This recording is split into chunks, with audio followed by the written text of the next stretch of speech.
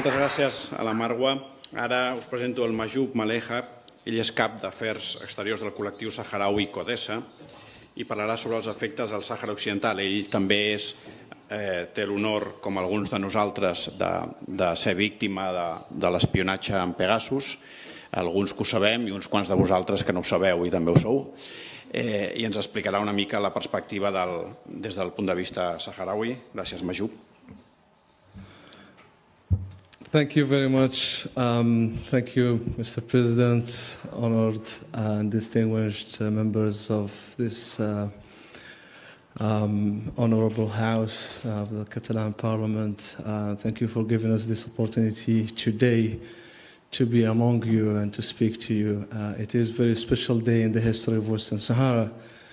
I'm very happy to be here, but in the same time, this date coincides with a very sad historical date, 14 November, 49 years ago, when Spain decided to divide Western Sahara and hand it over to new occupiers, abandoning the territory without fulfilling its responsibilities to decolonize Western Sahara as set in the UN Charter and international law, leaving us facing brutal military occupation.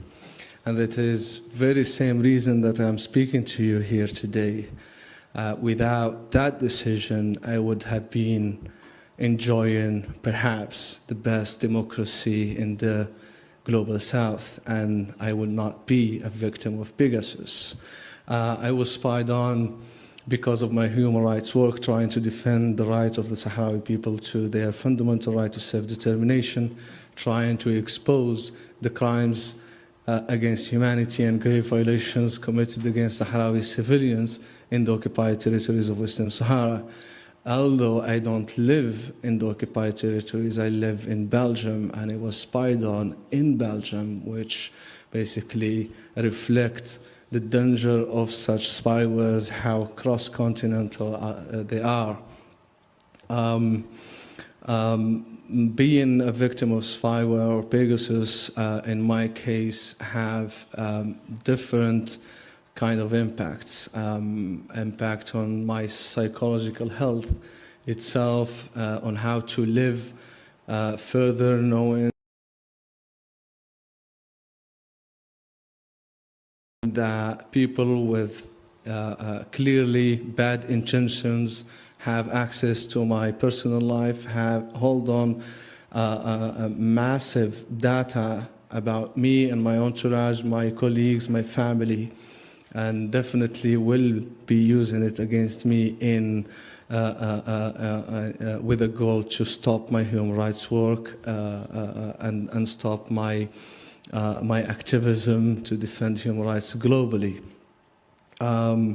The other impact of the use of such technologies is not only on human rights defenders, but it has a major impacts on democracies, even in Europe. And we have seen that taking place here in Catalonia, but we have seen that also in the European Parliament, referring here to the Morocco Gate. Without having access to mobile phones of MEPs, they most probably couldn't define or select which MEPs are easily bought or easily bribed. So the threat on democracy is very serious using the spywares, and that's something we need really to watch on and take action to prevent it from happening.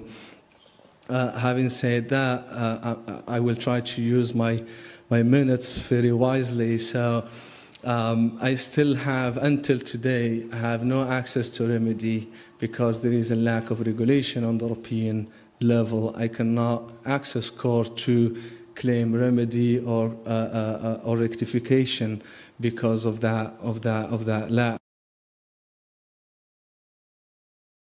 There is also a lack of transparency on the EU level. That the fact that we have to come to know about Pegasus through a group of independent journalists from Forbidden Stories to break out their story is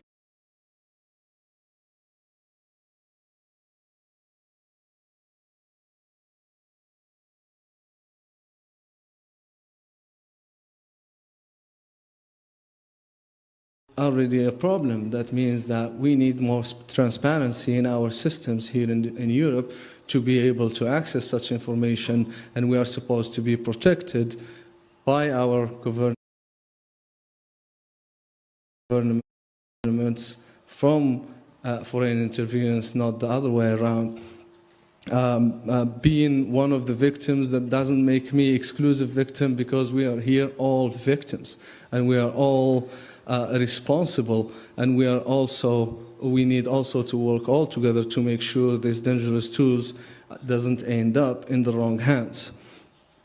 The hands definitely of authoritarian regimes, but also those that doesn't have human rights safeguards in place.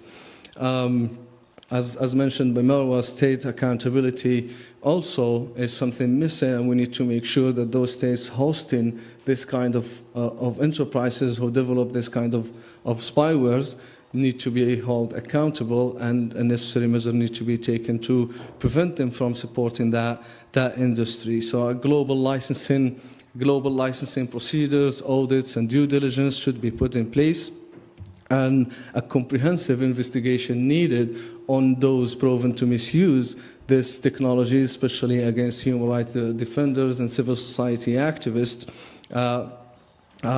Finally, I came here to call upon the Catalan Parliament, but Mr. President's speech gave me some relief and revived the hope, actually, to